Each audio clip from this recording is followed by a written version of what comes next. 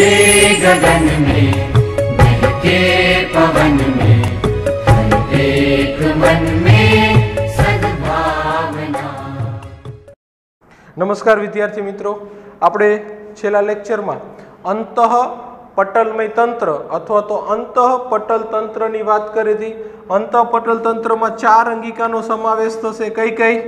તો અંતઃકોષ રસજાળ,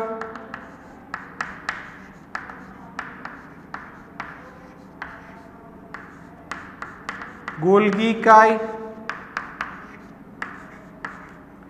રસધાની અને લાઇસોસોમ। એમાં આપણે અંતઃકોષ રસજાળ વિશે ભણી ગયા। હવે આપણે ભણવાનું છે ગોલ્ગી કાય। ગોલ્ગી કાય શું છે, બરાબર, અને ક્યાં આવેલી છે? તો ધ્યાન રાખો, જે આ કોષ છે,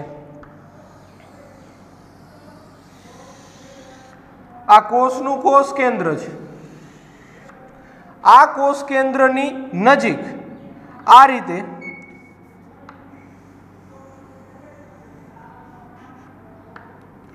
સિસ્ટરની એટલે શું? અંતઃકોષ રસજાળમાં ભણી ગયા, યાદ કરો। સિસ્ટરની કોને કહેવાય? બેવડા પડની નલિકામય રચના, બરોબર, એને આપણે શું કહેશું? સિસ્ટરની। આ સિસ્ટરની થપ્પી સ્વરૂપે કોઈ રચના આવેલી હશે, આ રચનાને આપણે શું કહેશું? ગોલ્ગી કાય। ગોલ્ગી કાય ક્યાં આવેલી હશે? કોષ કેન્દ્રની નજીક આ સિસ્ટરની થપ્પી સ્વરૂપે આવેલી હશે, એને આપણે શું કહેશું? ગોલ્ગી કાય કહી શકાય છે। આ ગોલ્ગી કાયનું નામ ગોલ્ગી શા માટે આપવામાં આવ્યું? તો 1898 ની અંદર, સાલમાં ઘણી બધી બુકમાં કન્ફ્યુઝન છે, અમુકમાં 1898 છે, અમુકમાં 1889 છે, બરાબર, પ્રિન્ટ એરર હોઈ શકે। 1898માં કેમિલો ગોલ્ગી નામના વૈજ્ઞાનિકે કોષ કેન્દ્રની નજીક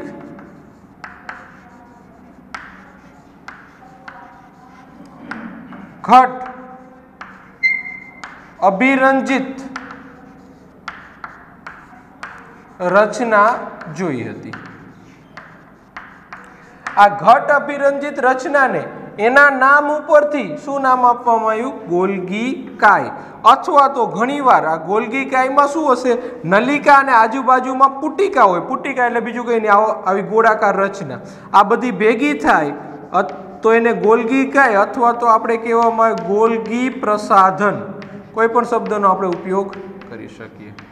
તો સૌપ્રથમ આ અંગિકાને જોનાર વૈજ્ઞાનિક કોણ હતા? કેમિલો ગોલ્ગી, અને એના નામ ઉપરથી આપણે નામ આપવામાં આવ્યું ગોલ્ગી કાય। ગોલ્ગી કાય શેની બનેલી છે? ફરીથી સિસ્ટર્નીની થપ્પી, બેવડી પડની નલિકામય સિસ્ટર્નીની થપ્પી, આવી થપ્પી હશે, આવી સિસ્ટર્નીની થપ્પી હશે। આ જે નલિકા છે એને આપણે સિસ્ટર્ની કહીએ છીએ। આ સિસ્ટર્નીનો વ્યાસ 0.5 માઇક્રોમીટરથી 1 માઇક્રોમીટર સુધીનો હશે। આનો વ્યાસ કેટલો હશે? 0.5 માઇક્રોમીટરથી 1 માઇક્રોમીટર સુધીનો જોવા મળે છે। ક્લિયર? હવે એની આગળની રચના જોઈએ। આ જે ગોલ્ગી કાય છે આ કોષ કેન્દ્રની નજીક આવેલી હશે, જો, અને અહીંયા આ જે આવેલી છે આને શું કહેશું આપણે? અંતઃકોષ રસજાળ। એટલે આની નજીક આ સિસ્ટર્નીની થપ્પી આવેલી હશે। હવે જો આપણે સિસ્ટર્નીનો અભ્યાસ કરવો હોય, ખાસ ધ્યાન રાખજો, સિસ્ટર્ની આવી રીતે હશે।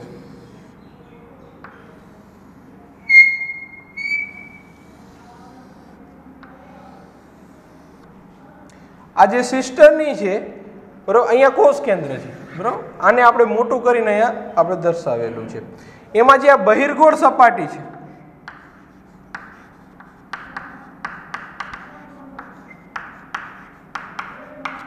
અને અંદરની બાજુ આવેલી આને શું કહેવાય? અંતર્ગોળ સપાટી। આપણે આવી રીતે કદાચ 10મા ધોરણના ફિઝિક્સના પોઈન્ટમાં તમે ભણી ગયા હોય, આ રીતે કોઈ હોય તો આ બહારની બાજુ ઉપસેલો ભાગ છે, અહીંથી જોઈએ, આપણો હાથ આમ રાખો તો આ બાજુથી જોઈએ તો અહીંયા શું નીકળેલો છે? બહારની બાજુ નીકળેલો છે. આ બહિર્ગોળ કહેવાય, બહારની બાજુ ગોળાકાર છે. અને આ બાજુ જ્યાં અંદર ખાડા જેવું થઈ ગયું છે એ સપાટીને આપણે શું કહેશું? અંતર્ગોળ સપાટી. આ બહિર્ગોળ સપાટી છે, આ બહિર્ગોળ સપાટીને શીશ સપાટી કહેવામાં આવે. શું કહેવાય? શીશ કહેવાય. અને અંતર્ગોળ સપાટી છે એને ટ્રાન્સ પણ કહી શકાય. અંતર્ગોળ સપાટીને બીજું શું કહેવામાં આવે? ટ્રાન્સ. શીશ અને ટ્રાન્સ તમે કેમેસ્ટ્રીમાં વધારે ભણશો. અત્યારે શબ્દ યાદ રાખવાનો. બહિર્ગોળ સપાટીને આપણે શું કહેશું? શીશ. અને અંતર્ગોળ સપાટીને શું કહેવામાં આવે? ટ્રાન્સ કહી શકાય. આને ફેસ પણ કહી શકાય. સપાટીનું અંગ્રેજી શું કહેવાય? ફેસ. તો આ બહિર્ગોળ ભાગ છે શીશ ફેસ છે, અંતર્ગોળ ભાગ છે એ ટ્રાન્સ ફેસ છે. બરોબર. આ બહિર્ગોળ સપાટીને શીશ ફેસને બીજું કહેવામાં આવે નિર્માણકારી સપાટી.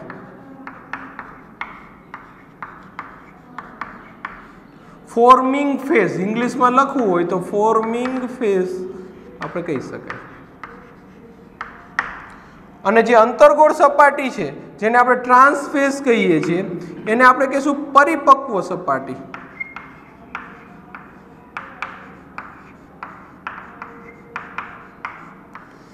એનું ઇંગ્લિશ થાય મેચ્યોરિંગ ફેસ.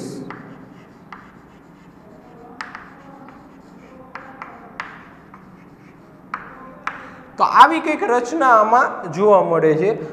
ફરીથી આ બધા એના સમાનાર્થી નામ છે. બહિર્ગોળ સપાટીને આપણે કહીશું શીશ ફેસ, નિર્માણકારી સપાટી અથવા ફોર્મિંગ ફેસ.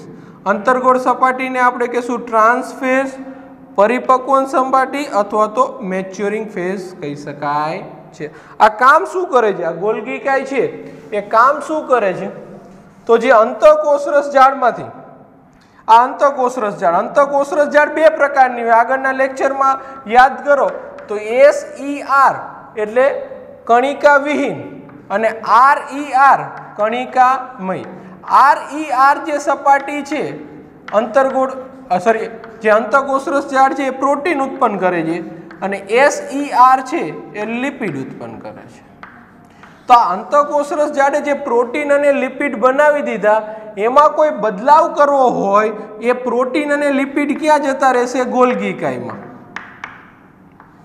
એ ક્યાં જતા રહેશે? ગોલ્ગી કાયમાં જતા રહેશે. અને ગોલ્ગી કાયમાં આ પ્રોટીન અને લિપિડમાં થોડોક ફેરફાર થશે.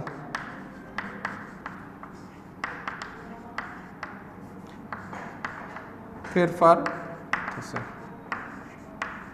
અને ત્યારબાદ એ ફરીથી ક્યાં મુક્ત થશે? કોષરસમાં મુક્ત થાય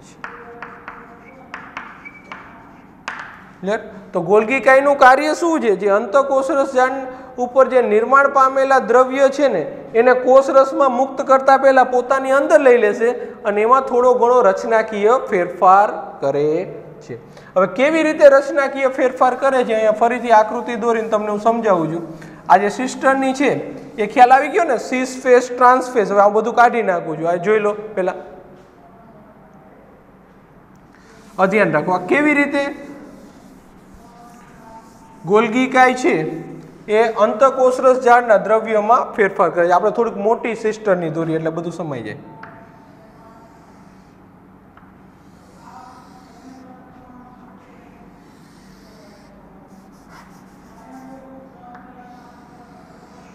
હવે આ કઈ થઈ ગઈ? બહિર્ગોળ સપાટી શીશ ફેસ અથવા તો ફોર્મિંગ ફેસ. આ ટ્રાન્સ ફેસ અંતર્ગોળ સપાટી થઈ ગઈ. હવે દાખલા તરીકે અંતઃકોષરસ ઝાડમાંથી પ્રોટીનનું નિર્માણ થયું છે. આ પ્રોટીનના અણુને કોણ લઈ લેશે? પુટિકા. પુટિકા શબ્દ વારંવાર આવે. પુટિકા એટલે આપણે સાદી ભાષામાં કેવું હોય તો આવી એક ટીપા જેવી રચના, ફરતી બાજુથી પટલ હોય પણ ખુલ્લી ન હોય, બંધ હોય. બરાબર. આ પુટિકા લઈ અને ક્યાંથી દાખલ થશે? શીશ ફેસમાંથી દાખલ થાય છે. આ પ્રોટીનને કોણ અંદર લે? દાખલા તરીકે આ પ્રોટીનનો અણુ છે. આ પ્રોટીનના અણુ શેમાં આવી જશે? પુટિકામાં આવી જશે. અને આ પુટિકા શીશ ફેસમાંથી અંદર દાખલ થઈ ગઈ. માની લો કે આ પુટિકા આવી ગઈ. એમાં શું છે? અત્યારે પ્રોટીન છે. આ પ્રોટીન સાથે સિસ્ટર્નીની અંદર કાર્બોદિત જોડાઈ જશે. પ્રોટીન સાથે સિસ્ટર્નીમાં શું જોડાઈ જશે? કાર્બોદિત. અને છેલ્લે શેનું નિર્માણ થશે? ગ્લાયકોપ્રોટીનનું નિર્માણ થશે. ગ્લાયકોપ્રોટીન એટલે પ્રોટીન કાર્બોદિત સાથે જોડાય એને શું કહેવાય? ગ્લાયકોપ્રોટીન. માની લો અલગ કલરથી દર્શાવ્યા, ગ્લાયકોપ્રોટીનના અણુ બની ગયા. આ ગ્લાયકોપ્રોટીનના અણુ ફરીથી પુટિકામાં આવી જશે. આ ગ્લાયકોપ્રોટીનના અણુ ક્યાં આવી જશે? ફરીથી પુટિકામાં આવી જશે. આ પુટિકા ટ્રાન્સફેઝમાંથી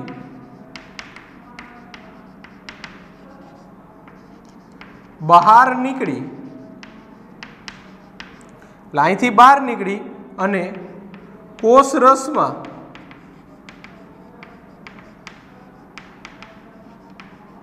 ઘટકો એટલે ગ્લાયકોપ્રોટીનને મુક્ત કરે છે.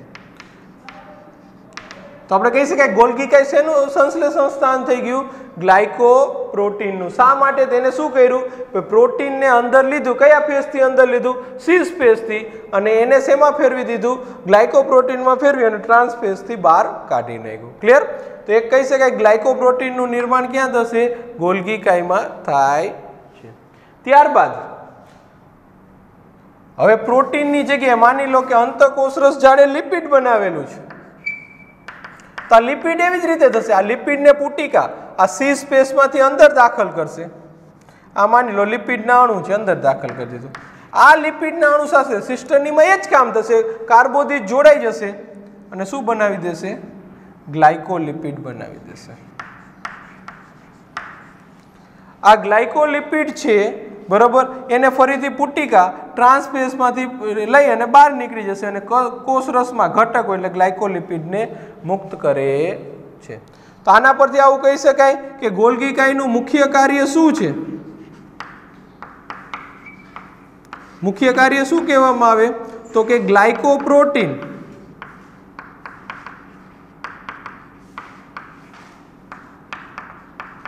અને ગ્લાયકોલિપિડનું સંશ્લેષણ સ્થાન. ક્લિયર? આમાં કોઈ કન્ફ્યુઝન? જોઈ લો આટલું.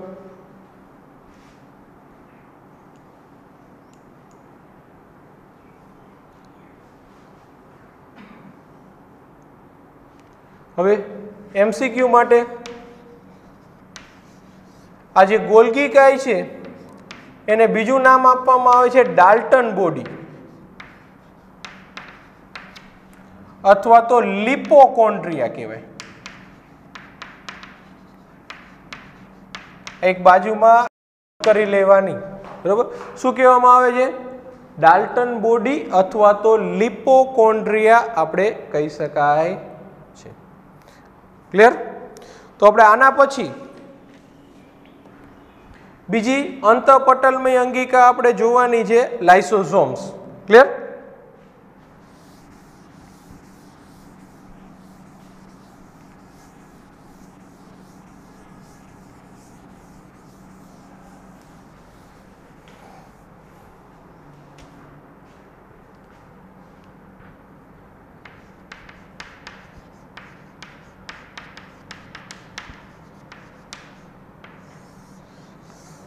ધ્યાન રાખો, અત્યાર સુધી આપણે જેટલી અંગિકા ભણી ગયા અંતઃપટલમય તંત્રની, અંતઃકોષરસ ઝાડ અથવા ગોલ્ગી કાય, એમાં બેવડા પડની દિવાલ હતી. લાઇસોસોમ્સની ખાસિયત શું છે? આ એમસીક્યુ માટે ધ્યાન રાખવાનું. એક સ્તરીય પટલ ધરાવતી અંગિકા છે.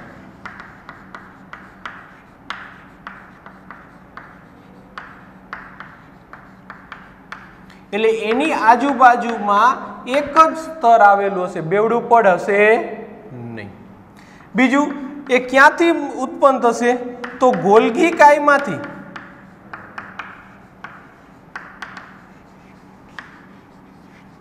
મુક્ત થતી પુટિકા સ્વરૂપે ઉત્પન્ન થાય છે. ગોલ્ગી કાયમાંથી જે પુટિકાઓ નિર્માણ પામે છે એ સ્વરૂપે આ લાઇસોસોમ્સનું નિર્માણ થાય છે. ખાસ અગત્યનું કાર્ય, લાઇસોસોમ્સ છે એ હાઇડ્રોલેઝ પ્રકારના ઉત્સેચક ધરાવે છે.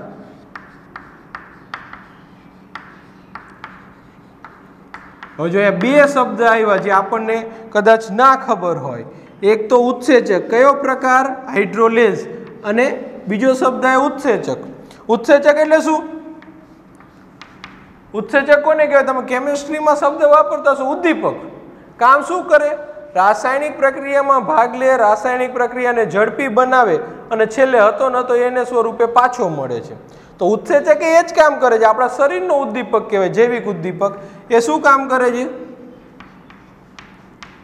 રાસાયણિક પ્રક્રિયામાં ભાગ લે છે. રાસાયણિક પ્રક્રિયાને ઝડપી બનાવે અને જે હતો એ મૂળ સ્વરૂપે પાછો મળે છે.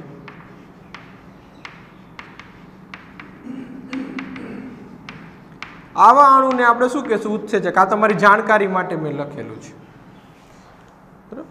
હવે હાઇડ્રોલેઝ કોને કહેવાય? હાઇડ્રોલેઝ પ્રકારનો ઉત્સેચક એટલે કે જળ વિભાજન પ્રક્રિયામાં ભાગ લેતો.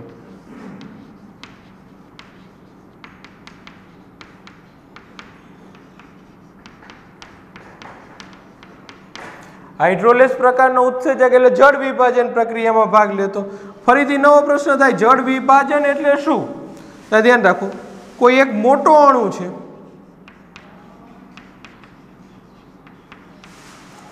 મોટો અણુમાં પાણીનો અણુ ઉમેરી અને એને નાના અણુઓમાં આપણે વિભાજિત કરીએ,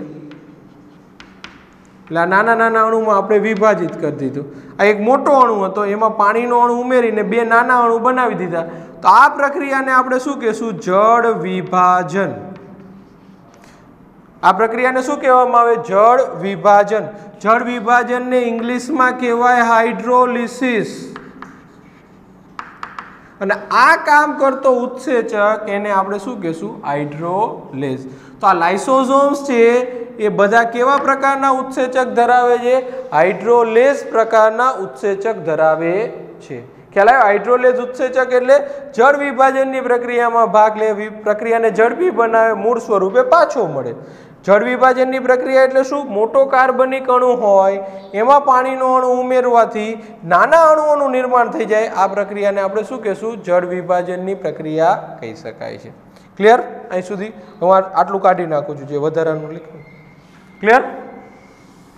હવે કયા કયા પ્રકારના હાઇડ્રોલેઝ ઉત્સેચક હોઈ શકે? તો એના ઉદાહરણ છે કાર્બોહાઈડ્રેઝ,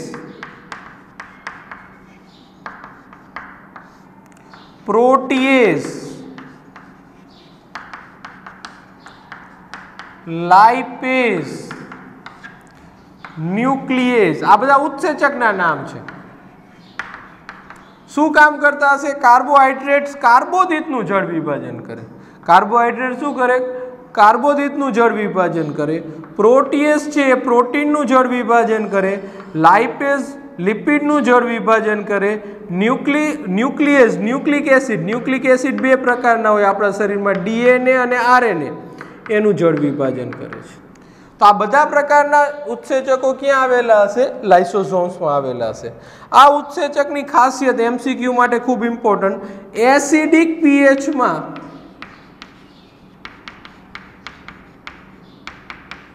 આ ઉત્સેચકો સક્રિય થાય છે. એટલે જો બેઝિક પીએચ હશે કે તટસ્થ પીએચ હશે તો ઉત્સેચકો સક્રિય થાય નહીં. પીએચ માપક્રમ તો તમને ખબર જ હશે, 7 પીએચ તટસ્થ છે, 7 કરતાં ઓછી હોય તો એ કઈ હશે? એસિડિક. 7 કરતાં વધુ હોય તો શું હશે? બેઝિક. જો 7 કરતાં ઓછી પીએચ હોય એવી એસિડિક પીએચની અંદર આ ઉત્સેચકો સક્રિય થાય છે. ક્લિયર? જોઈ લો આટલું, પછી આવું કાઢી નાખું છું.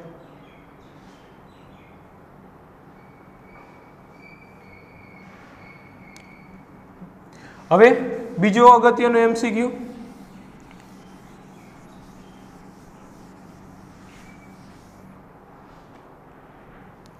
જે આ લાઇસોઝોમ્સ છે, આ જીર્ણ કોષો, જીર્ણ કોષો એટલે વૃદ્ધ કોષો આપણે કહી શકાય કે હવે એનું આયુષ્ય પૂરું થવાની તૈયારીમાં છે, અથવા તો કોઈ ખામી આવી ગઈ છે, બરોબર, નુકસાન પામેલા કોષો. આ જીર્ણ કોષોનું વિઘટન કરવું હોય, હવે એની જરૂર નથી, નકામું આપણને નુકસાન પહોંચાડે છે, તો આ જીર્ણ કોષોનું વિઘટન કરવા માટે એ જ કોષની એક અંગિકા જવાબદાર હશે, કઈ હશે? લાઇસોઝોમ. એટલે જે કોષ જીર્ણ બની જાય, વૃદ્ધ બની જાય અથવા નુકસાની વાળો બની જાય, પહેલા આપણું શરીર એને રિપેર કરવાનો પ્રયત્ન કરે, નુકસાની વાળો બની જાય તો, અને છતાં નથી થાય એવો રિપેર, તો એના રહેલા જે લાઇસોઝોમ્સ છે પોતાનું સ્તર ખોલી નાખે. એટલે બધા જે એના હાઇડ્રોલેઝ ઉત્સેચકો છે બહાર નીકળી અને આખા કોષનું શું કરશે? વિઘટન કરશે. એટલે કે જીર્ણ કોષોના વિઘટન કરવા માટે એ જ કોષની લાઇસોઝોમ્સ જવાબદાર હોય છે. આથી આપણે આ જે લાઇસોઝોમ્સ છે એના માટે શબ્દ વાપરીએ આત્મઘાતી કોથળી અથવા આત્મઘાતી અંગિકા શબ્દ વાપરી શકાય છે. તો આત્મઘાતી અંગિકા કઈ છે? લાઇસોઝોમ્સ છે. બીજું અગત્યનું ખાસ નીટ માટે, આ જે વનસ્પતિ કોષો હોય છે,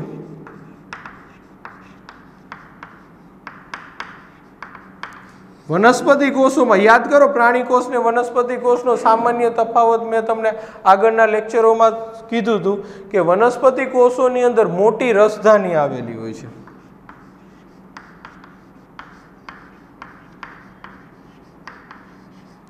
તો કેટલાક વનસ્પતિ કોષોમાં મોટી રસધાની લાઇસોઝોમનું કાર્ય કરે છે.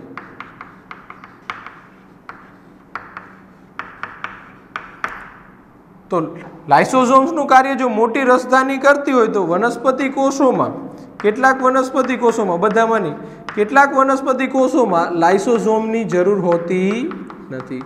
લાઇસોઝોમ હાજર હશે નહીં.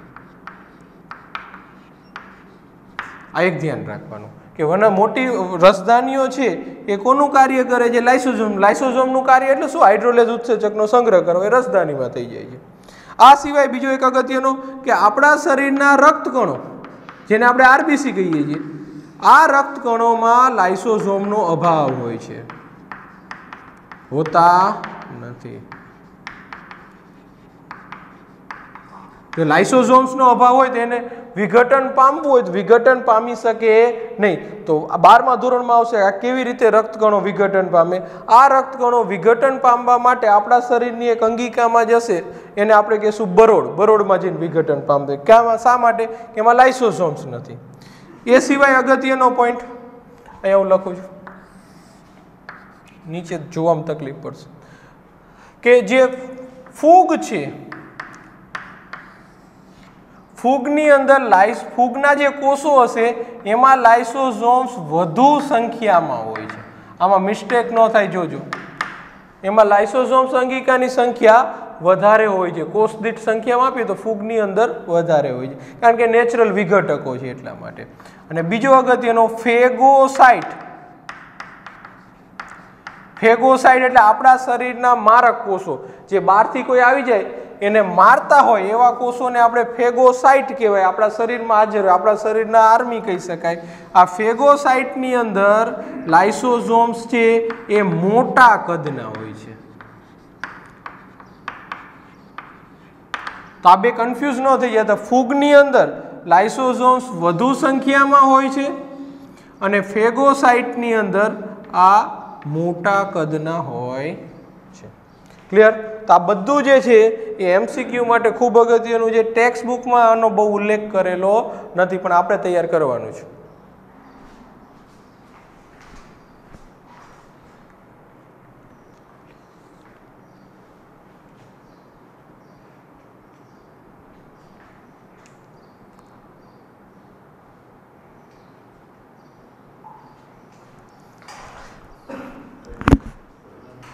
ક્લિયર? તો આ લાઇસોઝોમ્સ પછી એક અંગિકા ભેગી લઈ લે એટલે અંતઃપટલમય તંત્ર પૂરું થઈ જાય.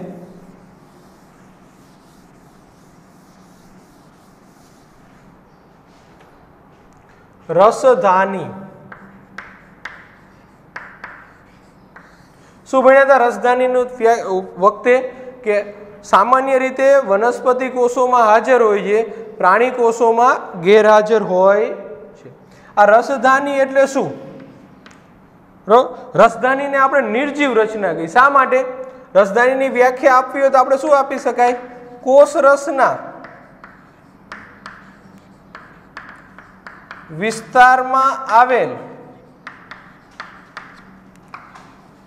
જીવરસ વિહીન ભાગ જેને શું કહેવામાં આવે? રસધાની. દાખલા તરીકે આ વનસ્પતિ કોષ હોય, આ ફરતી કોષ દિવાલ છે, ત્યારબાદ શું આવશે? કોષરસ સ્તર આવશે અને બાકીનો અંદરનો ભાગ શું છે? કોષરસ. આ કોષરસની અંદર એવો એક વિસ્તાર આવેલો છે, મોટી જગ્યા રોકતો આટલો ભાગ, કે જેની અંદર જીવરસ હશે ને એના બીજા બરોબર. આ ભાગને આપણે શું કહેશું? રસધાની કહી શકાય. રસધાનીની ફરતે પાતળો પટલ આવેલો હોય છે.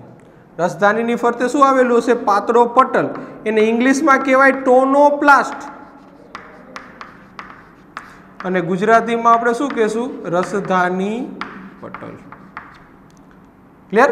તો આ જે ફરતો પટલ આવેલો છે એને ઇંગ્લિશમાં શું કહેવામાં આવે? ટોનોપ્લાસ્ટ. આ શબ્દ યાદ રાખજો, ટોનોપ્લાસ્ટ. અને ગુજરાતીમાં એને કહેશું રસધાની પટલ. રસધાની શું ધરાવે છે? પાણી. એમાં દ્રવ્ય ઓગળેલા હશે એટલે વધારાનો રસ. વધારાના દ્રવ્ય, કોષના વધારાના દ્રવ્યને શું કહેવાય? ઉત્સર્ગ દ્રવ્યો વગેરે ધરાવે છે. એક ખાસ અગત્યનો પોઈન્ટ, રસધાનીને ઘટકોની સાંદ્રતા, રસધાનીના ઘટકોની સાંદ્રતા કોષરસ કરતા વધુ હોય છે.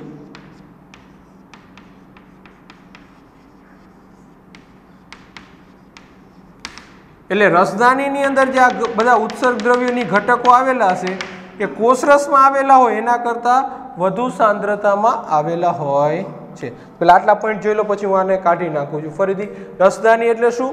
કોષરસના વિસ્તારમાં આવેલ જીવરસ વિહીન અથવા તો કોષરસ વિહીન ભાગને આપણે શું કહેશું? રસધાની. આપણે બધું પાણી ભરેલું, પાણી ભરેલો ટાંકો હોય અને એક હવા ભરેલો ફૂગો વચ્ચે મૂકી દઈ, બરોબર, તો એને શું કહેવાય? રસધાની. આખો કોષરસ ભરેલો જે ભાગ છે એની અંદર વચ્ચેનો એવો ભાગ કે જે એક પટલથી આવૃત છે, અંદર કોષરસ નથી, આવા વિસ્તારને આપણે શું કહેશું? રસધાની કહી શકાય. એની ફરતે શું આવેલો હશે? પાતળો પટલ આવેલો હશે જેને આપણે ટોનોપ્લાસ્ટ અથવા તો રસધાની પટલ કહીએ છીએ. રસધાની શું ધરાવે છે? પાણી, રસ, ઉત્સર્ગ દ્રવ્યો વગેરે ધરાવે છે. એના ઘટકોની સાંદ્રતા કોષરસ કરતા વધારે હોય છે. ક્લિયર? કાઢી નાખો.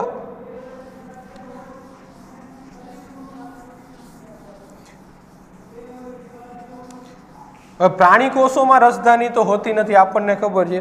વનસ્પતિ કોષોની જે રસધાની છે, ખાસ ધ્યાન રાખજો, એ વનસ્પતિ કોષનો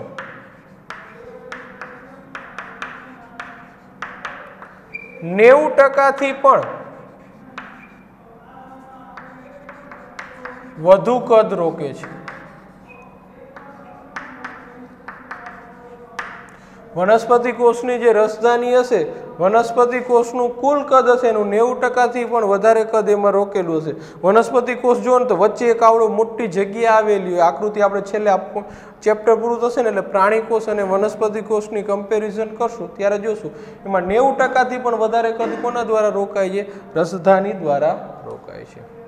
ખાસ ઇમ્પોર્ટન્ટ, જે અમીબા છે અથવા પેરામિશિયમ, અત્યારે આપણે એક ઉદાહરણ લઈએ. અમીબામાં જે રસધાની છે એ આંકુંચક પ્રકારની હોય છે.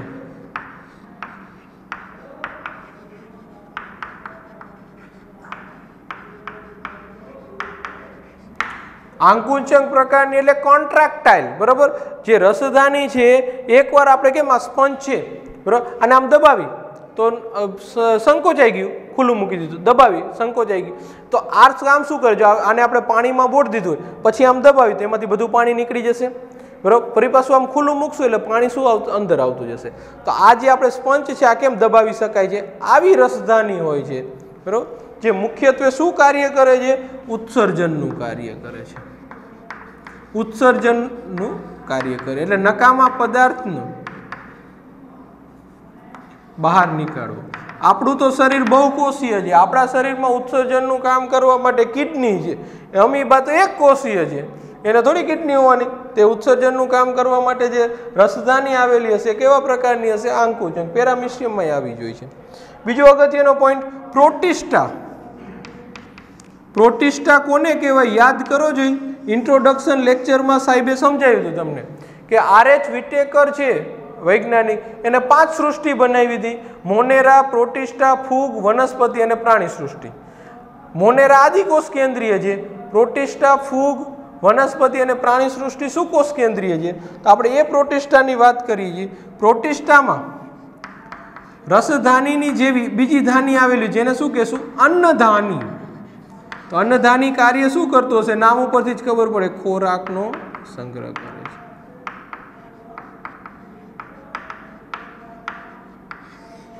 જે પ્રોટિસ્ટાના કોષો છે બરોબર, એમાં જે અન્નધાની આવેલી છે એ શું કાર્ય કરે છે? ખોરાકનો સંગ્રહ કરવાનો કાર્ય કરે છે. આ એવા કોષો હશે કે જે એક કોષીય જ હશે મોટા ભાગે, અને એમાં ખોરાકનો સંગ્રહ કરવા માટે સ્પેસિફિક રચના આવેલી હશે, જેને આપણે શું કહેશું? અન્નધાની કહી શકાય. તો આ MCQ માટે ખૂબ અગત્યના મુદ્દાઓ હતા, અને ધ્યાનમાં રાખવાનું. કદ કેટલાથી વધારે હશે વનસ્પતિ કોષમાં? 90%. અમીબામાં રસધાની કેવા પ્રકારની હશે? આંકુચંક પ્રમાણે. અમીબા અથવા પેરામિશિયમ બંનેની અંદર હોય છે, જે ઉત્સર્જનનું કાર્ય કરે છે. પ્રોટિસ્ટાની અંદર રસધાની જેવી જ બીજો એક વિસ્તાર આવેલો હોય, જેને શું કહેશું? અન્નધાની, જે મુખ્ય કાર્ય શું કરે છે? ખોરાકનો સંગ્રહ કરે છે. ક્લિયર? તો પ્રશ્ન અહીંયા પણ ઉદ્ભવ્યો, વનસ્પતિ કોષમાં રસધાનીનું કાર્ય શું છે? તો કોષરસની સાંદ્રતા મેન્ટેન કરે.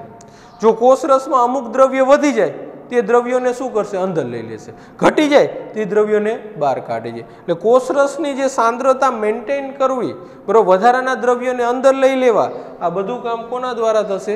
રસધાની દ્વારા થાય છે. ક્લિયર? અહીં સુધી જોઈ લો.